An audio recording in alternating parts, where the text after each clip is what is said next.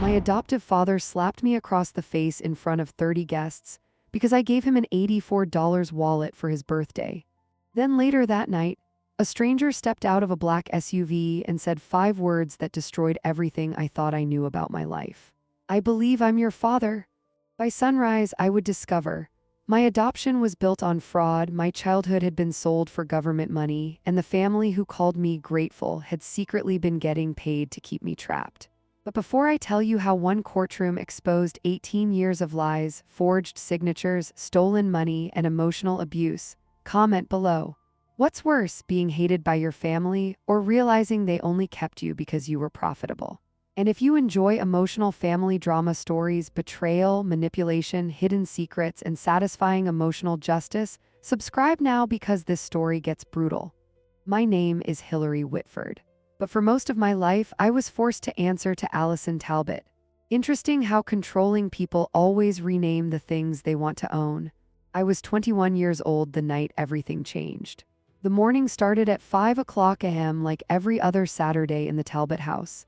Except this Saturday came with a handwritten chore list taped to the refrigerator, 2 full pages, sweep patio, Polish dining table. Arrange 32 chairs, wash serving platters by hand, slice lemons evenly, steam Donna's dress, clean fingerprints from windows, refill ice buckets. Gerald Talbot's 55th birthday party, 30 guests, expensive wine. Perfect suburban performance. In me, I was the unpaid staff. Their house sat in Henrico County, Virginia, 4 bedrooms, perfect lawn, white shutters, stone walkway. From the outside, it looked like the kind of house where people loved each other. Inside, everything worked differently. Gerald controlled the money, Donna controlled appearances, and Megan, their biological daughter, controlled everyone emotionally. Megan was 23 and still had Gerald's credit card linked to her phone. Meanwhile, my bedroom was a converted storage closet beside the water heater. No window, twin mattress from a curbside pickup, 1 flickering overhead bulb. Funny thing, I genuinely believed I should feel grateful for it. That's what emotional conditioning does. It convinces abused people they're lucky to be tolerated. I worked mornings at Rosie's off Route 1 washing sheet pans for $11 an hour. Every paycheck mattered. Which is why the wallet took me 3 months to save for. Real leather, department store downtown, $84. I wrapped it in brown craft paper because gift bags were too expensive. And honestly, part of me still hoped Gerald might like it. That's the devastating thing about children raised by cruel people. No matter how old you get, some small part of you keeps trying to earn kindness. The party started around 6. Neighbors, church friends, Gerald's co-workers from the insurance office. Champagne glasses clinking beneath patio lights. Donna floated around greeting everyone in pearls and linen like she belonged in a commercial for upper-middle-class perfection. Then Megan arrived late. Of course she did. New dress, perfect makeup. Apple Watch gift box in her hands. Latest model. $700, purchased using Gerald's own credit card. Gerald nearly cried opening it. "This is my girl," he announced proudly. Everyone smiled.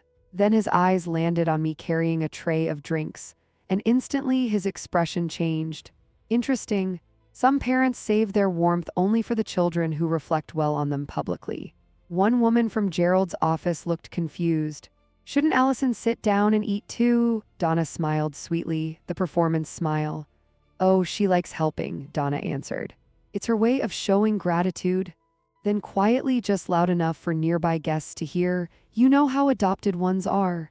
Adopted ones, like I was a category instead of a daughter. I kept serving drinks anyway. Because humiliation becomes normal after enough years. Then came the gift opening. Gerald sat at the head of the table like a king receiving tribute.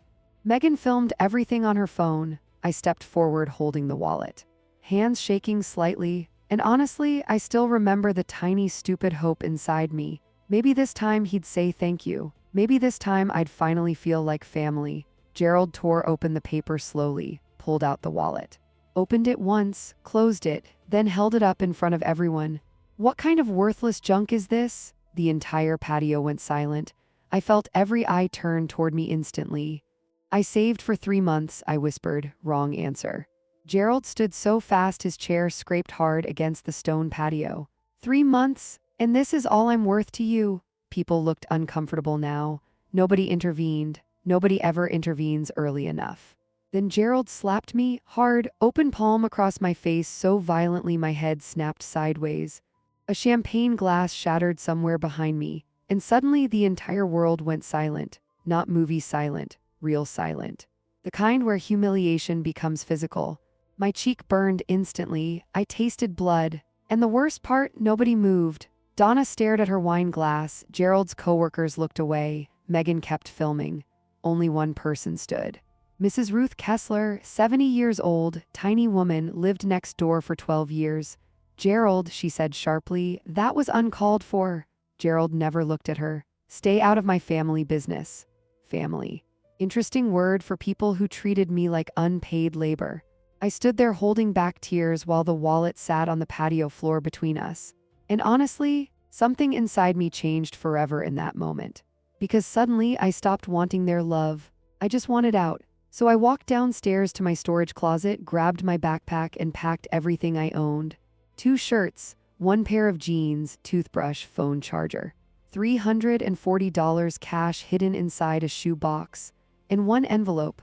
A government envelope I found months earlier buried in Gerald's trash. I didn't fully understand it yet, but I knew enough to hide it from him. 10 minutes later, I walked through the living room toward the front door. And do you know what hurt most? The party had already resumed. Gerald was laughing again, music was playing, people were drinking champagne.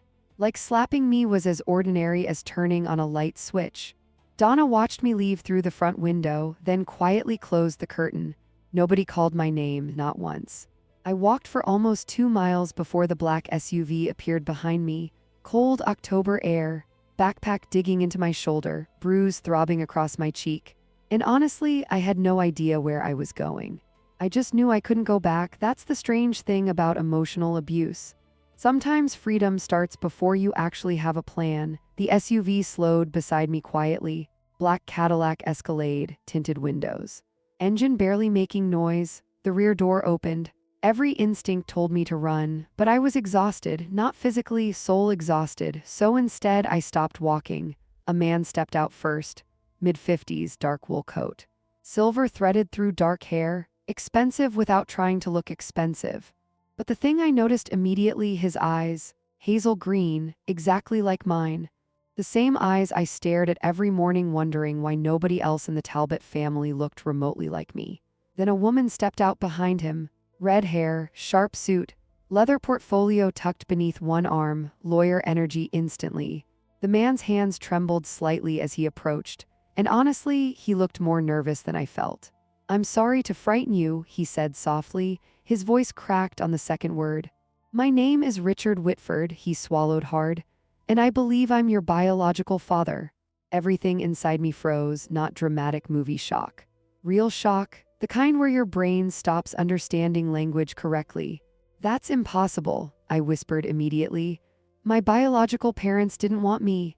That's what Gerald always said whenever I asked questions growing up. "Your parents didn't want you, we saved you, you should be grateful." Richard looked devastated hearing that. "No," he answered quietly, "you were stolen from me." Stolen, interesting word.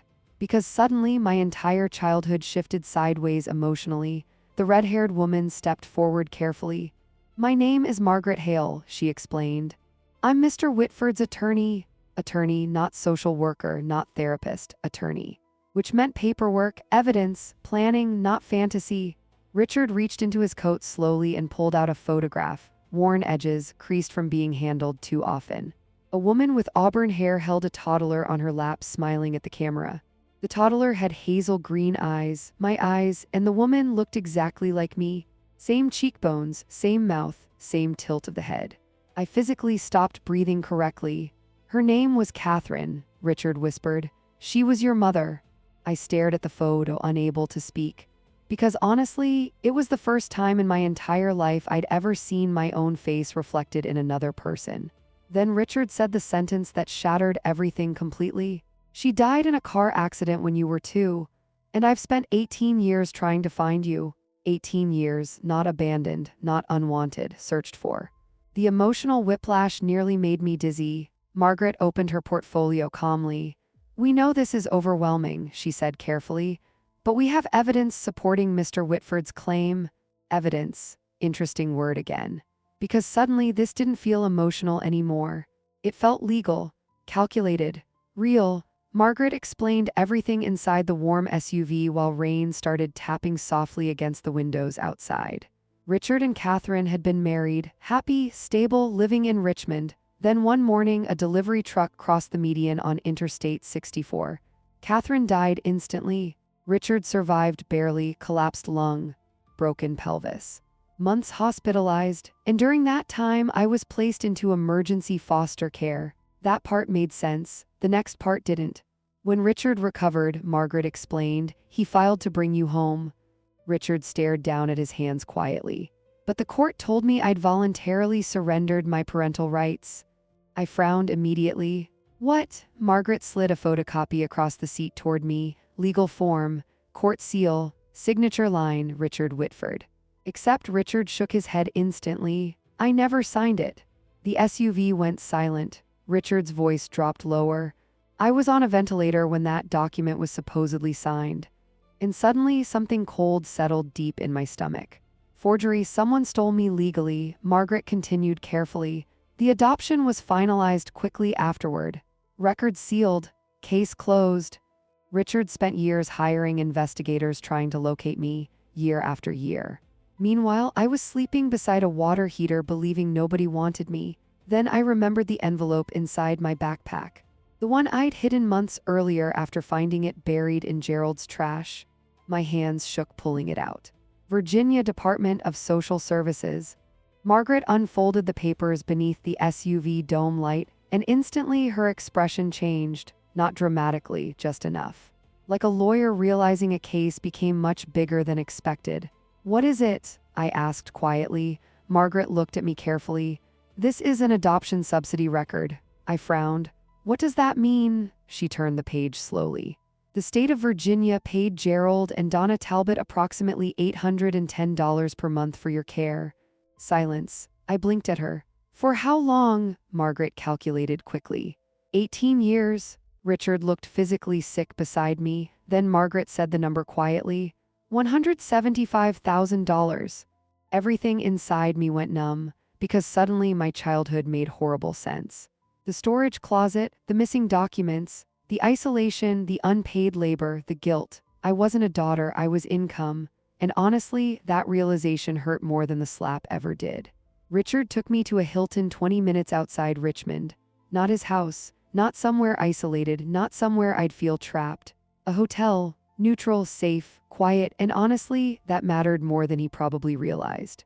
Because people raised in controlling homes notice freedom immediately. Nobody demanded my phone. Nobody asked where I was going. Nobody told me to be grateful. I stood inside that hotel room for almost 5 full minutes just staring at the bed. White sheets, soft lighting, window overlooking the parking lot. A window, funny thing, I hadn't had a bedroom window since I was 9 years old. That realization hit me harder than expected. Richard booked adjoining rooms. Separate spaces, door between them, again freedom, not pressure. That night I barely slept, not because I was scared. Because memories kept rearranging themselves inside my head. Like puzzle pieces finally finding the correct shape. Gerald refusing to let me get a driver's license. Gerald keeping my birth certificate locked away. Gerald demanding access to my bank account. Gerald reminding me constantly, you'd never survive without us. Interesting, people become very invested in your helplessness when they profit from your dependence. At exactly 5 a.m. I woke up automatically. Heart racing, already mentally listing chores, sweep kitchen, start coffee, laundry, trash. Then suddenly I remembered, I wasn't there anymore, no chore list, no Gerald. No Donna whispering insults disguised as advice, just silence, safe silence. A soft knock sounded on the adjoining door. Richard stood there holding 2 coffees, and honestly, he looked nervous again. Like he was terrified of saying the wrong thing and losing me a second time. He handed me a cup carefully. No pressure to talk, he said quietly. I just thought you might want coffee. Then he sat across the room instead of beside me, giving me space automatically. That tiny gesture nearly broke me emotionally, because abusive people invade space constantly. Healthy people offer it. Margaret arrived around 8 carrying a garment bag. Inside, new jeans, a cream-colored sweater, and sneakers. Simple, clean, mine. I took them into the bathroom and stared at the tags for almost a full minute.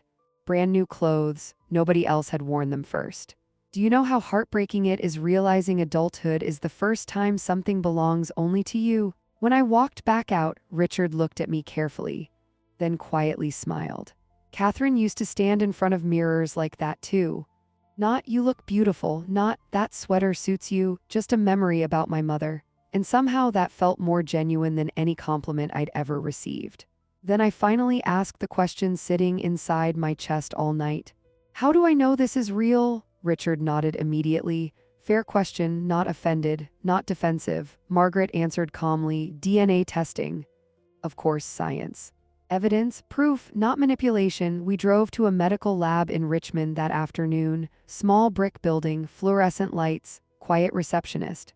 A technician swabbed the inside of my cheek. Then Richard's results. 3 to 5 business days. 5 days. I'd spent 21 years believing I was unwanted. Now my entire identity sat inside a lab somewhere waiting for confirmation. And honestly, the waiting nearly destroyed me. Meanwhile, Richard started bringing me pieces of my life. Photographs, boxes, documents, not overwhelming amounts, just enough. My mother pregnant, my mother laughing on a porch swing. My mother holding me as a baby wrapped in a pink hat. Every photo felt emotionally violent somehow. Because suddenly I could see where I came from. Then Richard showed me a photograph of a brick house with a red front door. "That's where we lived," he said softly. "You came home there after the hospital." I stared at the picture for a long moment, and honestly, something inside me recognized it emotionally. Like my body remembered safety even if my mind didn't. Then one night while Richard stepped out to take a call, I finally opened the envelope completely. The subsidy paperwork, title IVE adoption assistance. Monthly payments, state records, my name typed across the top. Allison G. Talbot, month after month, year after year, $810. I started calculating automatically. 18 years. $175,000. I thought about the curbside mattress, the expired bus pass, the storage closet, the missing medical care, the thrift store shoes with holes in the soles. And suddenly, I understood everything. Gerald never saved me, he monetized me. The next morning, another memory hit me unexpectedly. 2 weeks before the birthday party, Gerald called me into his office. Mahogany desk, leather chair, fake fancy bookshelves. He slid paperwork across the desk calmly. "I need you to sign this." Legal language covered every page, most of it confusing intentionally, but one section stood out immediately. I would voluntarily remain financially dependent under Gerald's guardianship after aging out of state care benefits. My stomach dropped remembering it. "He wanted to keep the money," I whispered aloud suddenly. Richard looked up immediately. "What?" I explained everything. The papers, the pressure, the threats, and suddenly the birthday slap made sense too. It was never about the wallet. It was because for the first time in 18 years I told Gerald no. The DNA results came back on a Thursday morning. I remember because rain hammered against the hotel windows so hard it sounded like static. Margaret called at 9:12 a.m. Her voice was calm. Too calm. Which somehow made my heart pound harder. "It's confirmed," she said. Silence. Then 99.998% probability of paternity. I stopped breathing for a second. Not unwanted, not abandoned, not discarded. Found. Richard Whitford was my father, and honestly, that realization felt less like excitement and more like grief. Because suddenly I understood how much had been stolen from both of us. Birthdays, Christmases, school plays. Ordinary mornings. 18 years gone because someone forged a signature and sold a child. Richard didn't celebrate when Margaret told us. That part mattered to me. He just sat down slowly in the hotel chair, pressed one hand over his mouth, and cried silently. Not dramatic crying. The kind people do when they've held pain inside too long. Then he looked at me carefully.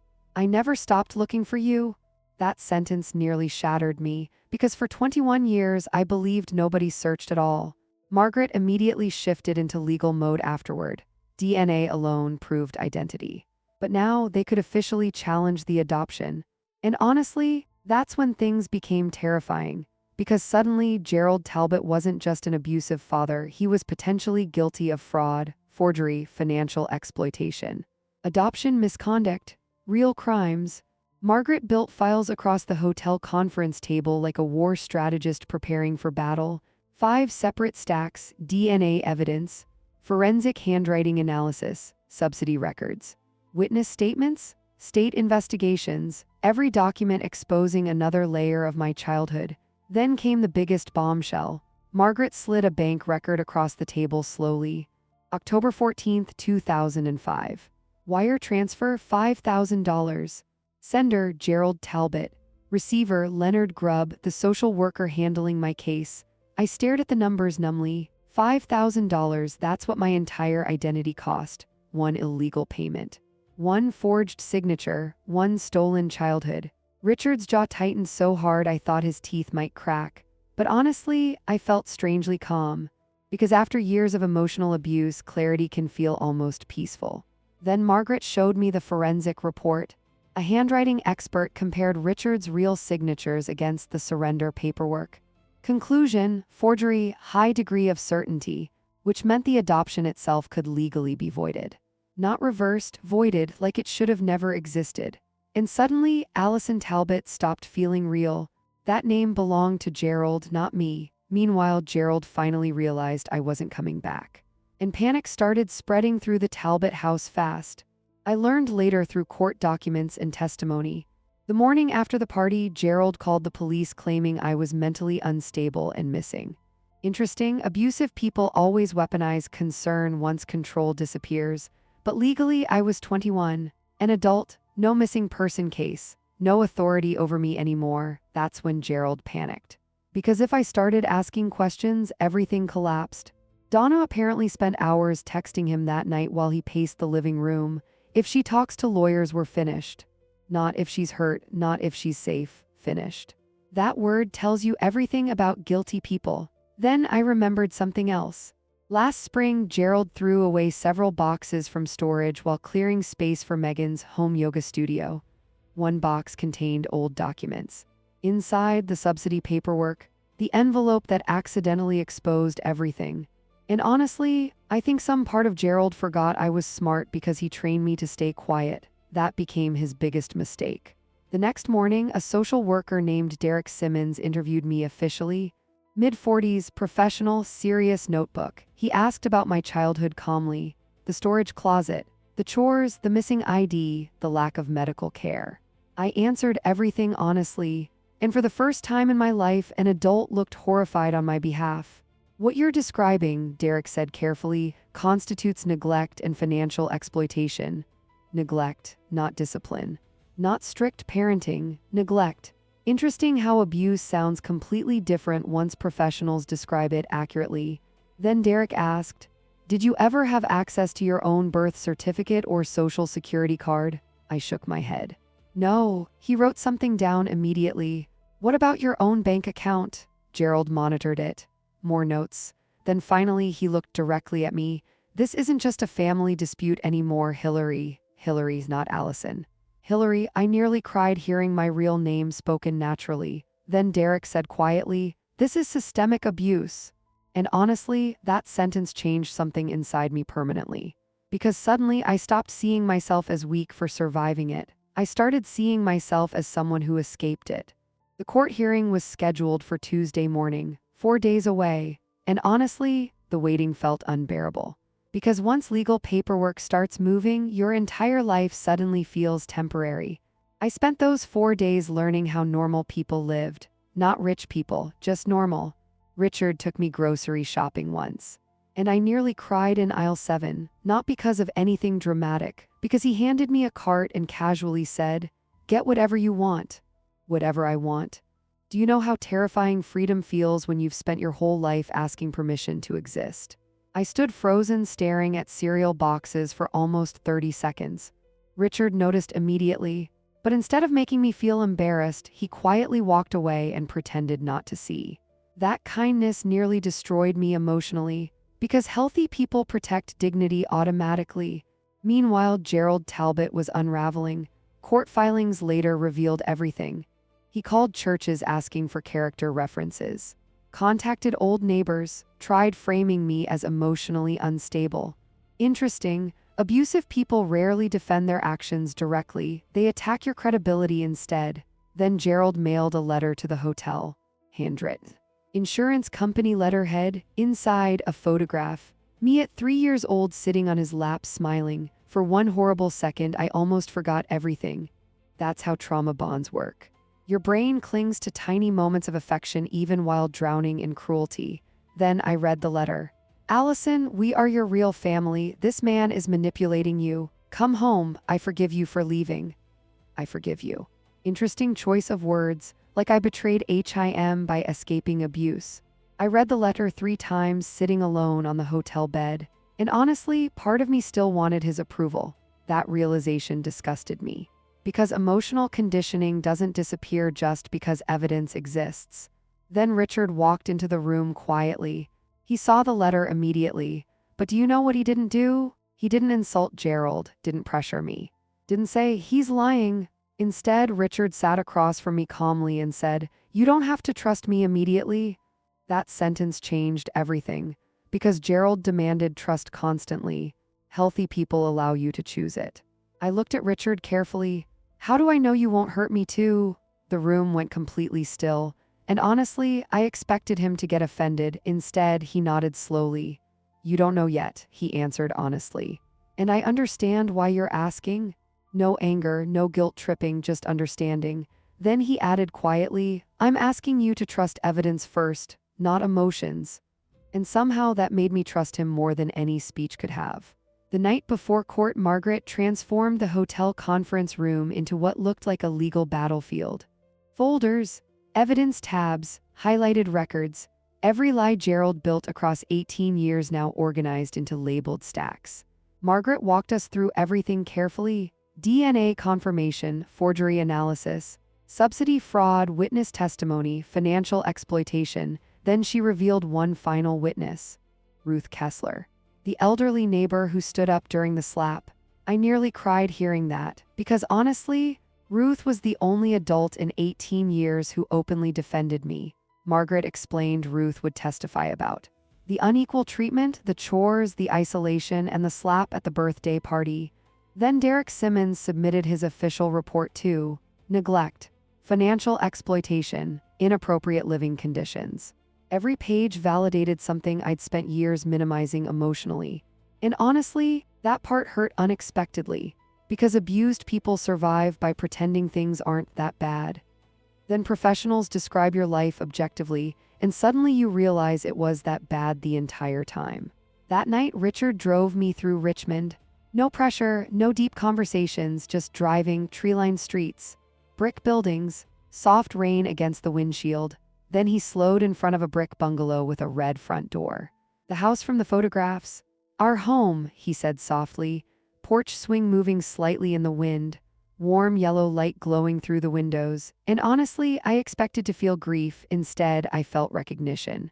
Like some small part of me remembered safety. Richard parked quietly.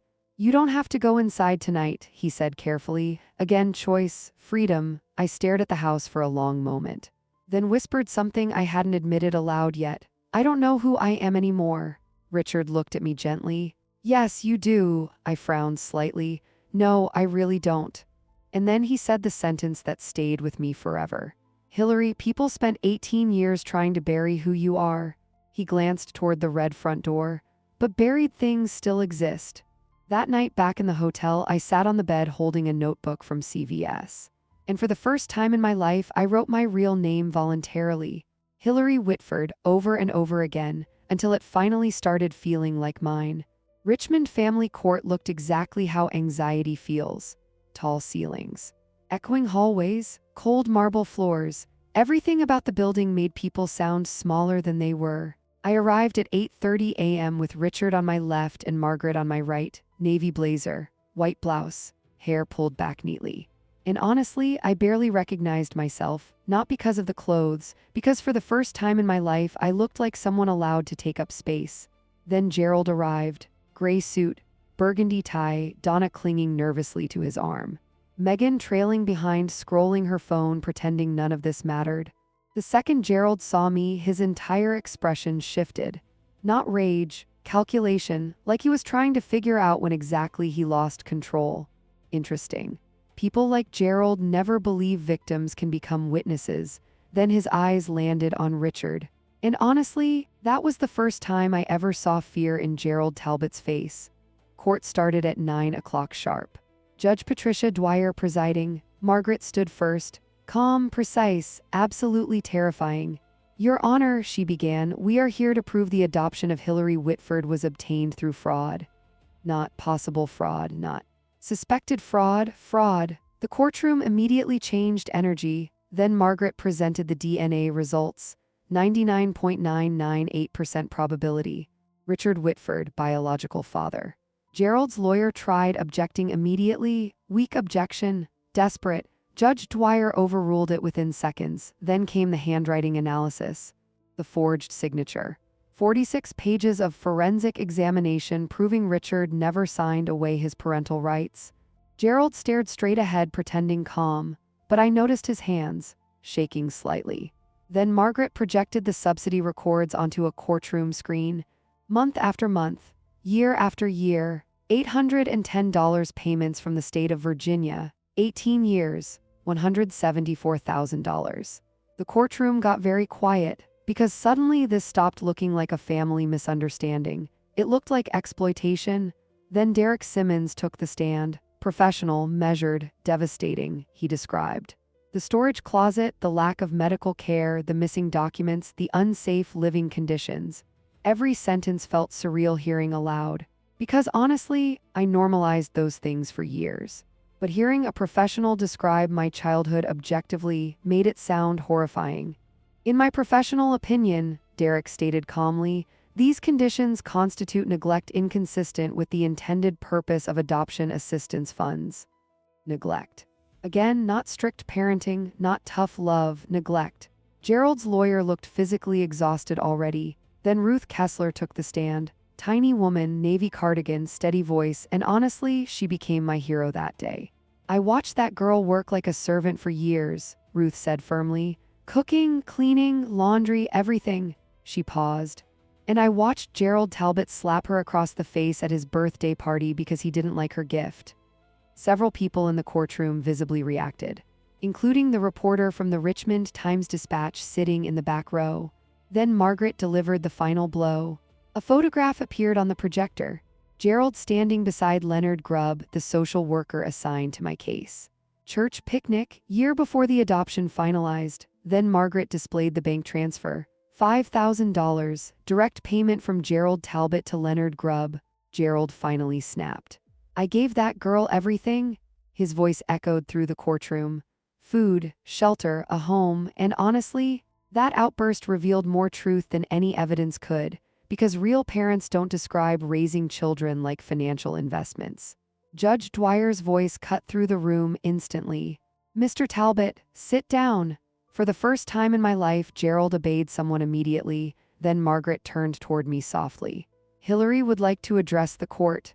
My heart nearly stopped, because suddenly it wasn't about paperwork anymore. It was about finally speaking. I stood slowly, hands steady somehow, and honestly, I didn't look at Gerald once.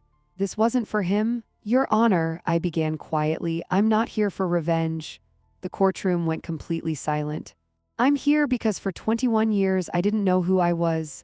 I told them everything. The storage closet. The chores, the missing ID, the expired bus pass, the slap, then finally. I said the sentence that had lived inside me for years. Gerald Talbot didn't raise me like a daughter. My voice stayed calm. He raised me like a transaction. Nobody moved. Nobody whispered, nothing, and honestly, that silence felt more powerful than screaming ever could. You could hear the air conditioner humming in the courtroom. That's how silent it became after I said those words. He raised me like a transaction. Gerald stared at me like he genuinely didn't recognize the person standing there. And honestly, maybe he didn't, because abused children eventually become dangerous once they stop apologizing for surviving. Judge Dwyer folded her hands slowly, then asked Gerald the question that destroyed him completely. Mr. Talbot, why was your adopted daughter sleeping in a converted storage space while receiving federally supported assistance funds? Gerald opened his mouth immediately, closed it, then finally answered. She had behavioral issues.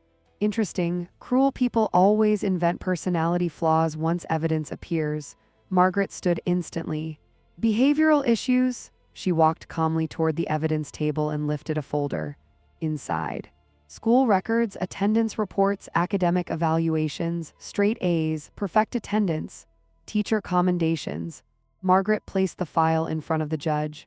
No disciplinary history, no criminal behavior, no substance abuse. No documented violence. Then she looked directly at Gerald.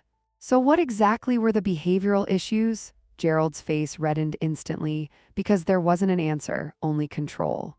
Donna suddenly started crying softly beside him, not because of me, because public exposure finally reached her. Then Judge Dwyer asked another question. Why did Miss Whitford lack access to her own identification documents? Gerald adjusted his tie nervously. She lost things. Margaret didn't even let him finish. She was legally an adult. Another document appeared, bank records. Margaret projected them onto the courtroom screen. Every paycheck from Rosie's off Route 1 deposited into a joint account controlled by Gerald. Withdrawals matching Gerald's expenses almost immediately afterward. The courtroom reporter stopped typing for a second. Even SHE looked shocked. Then Margaret calmly asked, "Did Hillary have independent access to these funds?" Gerald stayed silent. And honestly, that silence told the entire courtroom everything. Then came the worst moment.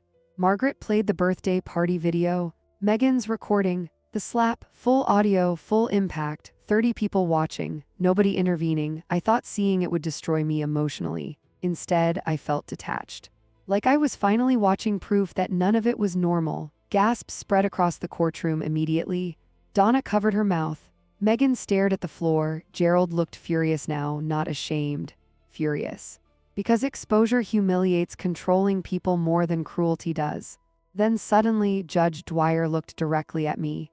"Miss Whitford," she said carefully, "do you wish to maintain any legal relationship with the Talbots moving forward?"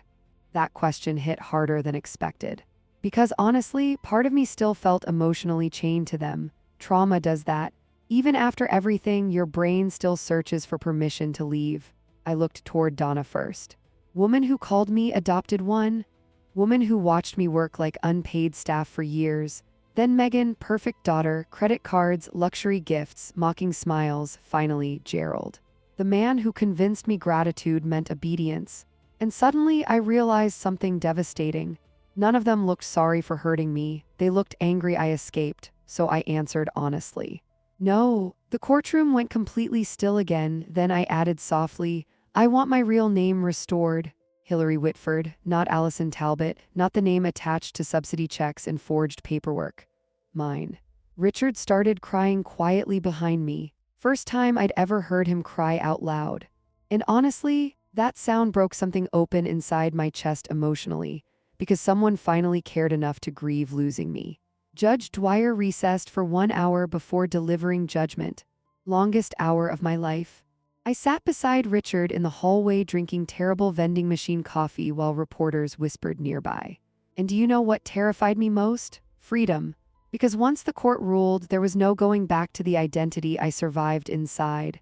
Then at 2:14 p.m., everyone returned to the courtroom. Judge Dwyer adjusted her glasses slowly. And the second she started reading, I knew Gerald lost. The court finds compelling evidence of fraud in the execution of parental surrender documents. Gerald's shoulders physically dropped. Substantial evidence of financial misuse involving adoption assistance funds. Donna started crying harder. And evidence consistent with coercive control and neglect. Then came the sentence that changed my entire life forever. The adoption of Allison Grace Talbot is hereby vacated. Vacated, legally erased, like it should have never happened. I physically stopped breathing. Then Judge Dwyer looked directly at me. Your legal identity is restored effective immediately. Hillary Whitford, officially, legally, mine again. Richard covered his face, completely crying beside me. And honestly, for the first time in my life, I felt real. Nobody spoke for several seconds after the ruling. Not Gerald, not Donna, not even the reporters. Because honestly, watching someone lose ownership over another human being in real time changes the energy of a room. Judge Dwyer continued calmly. The court further recommends criminal review regarding subsidy misuse and fraudulent adoption practices. Criminal review, interesting phrase. Because suddenly, Gerald Talbot wasn't just an abusive father, he was potentially a criminal defendant. Gerald stood abruptly. "This is ridiculous," he snapped. "We gave her a home." Judge Dwyer didn't even blink. "A home is not ownership, Mr. Talbot." That sentence echoed through the courtroom like a gunshot. Because finally, someone with authority said the truth out loud. Donna broke down completely then, mascara streaking, hands shaking.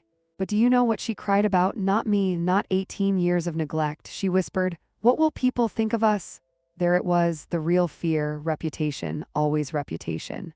Megan stormed out before the hearing even officially ended. Phone pressed against her ear already. Probably damage control. Interesting how selfish people treat accountability like a public relations crisis. Then suddenly, Richard turned toward me carefully, like he still wasn't fully convinced I was real. "Hillary," he whispered softly, "my real name, not forced, not corrected, not weaponized, just spoken naturally and honestly." I almost cried hearing it again because names matter. Names are identity. And Gerald spent 21 years trying to erase mine.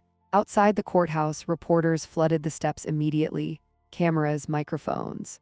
Questions shouted from every direction. "Hillary, how long were you abused? Did you know about the subsidy payments? Will you press charges?" I froze instantly. Too much noise, too many people. Then Richard quietly stepped in front of me without touching me, not controlling, protective. "There will be no statement today," he said calmly. And for the first time in my life, someone shielded me without expecting payment for it emotionally. We drove straight to the Red Door house afterward.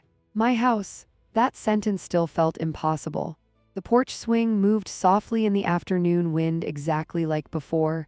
Only this time, Richard handed me the keys. No speeches, no pressure. Just choice. I stood at the front door for almost a full minute before unlocking it.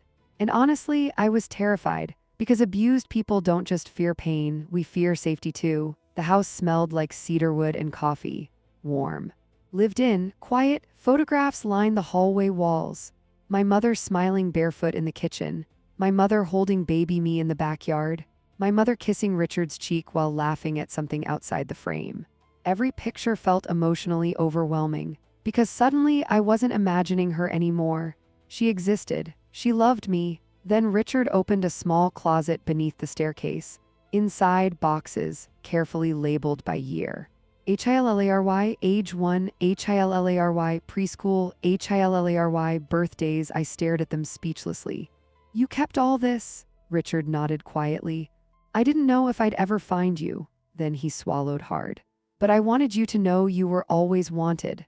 That sentence destroyed me completely. I cried harder than I had in years. Not polite crying. Grief. 21 years of grief finally escaping my body all at once. Richard hugged me carefully, not too tight, not possessive. Like someone holding something precious they were terrified of breaking. 3 months later, the criminal investigations officially began. Leonard Grubb accepted a plea deal involving adoption fraud and bribery. Gerald faced charges tied to subsidy misuse and financial exploitation. Donna avoided charges but became socially radioactive in Henrico County almost overnight. Funny how communities tolerate cruelty for years until paperwork exposes it publicly. Meanwhile, I started therapy twice a week. Best decision of my life, because honestly, escaping abuse and healing from abuse are completely different things. One gets you out, the other teaches you you're allowed to exist afterward. I legally changed every document back to Hillary Whitford. Driver's license. Bank accounts, social security records.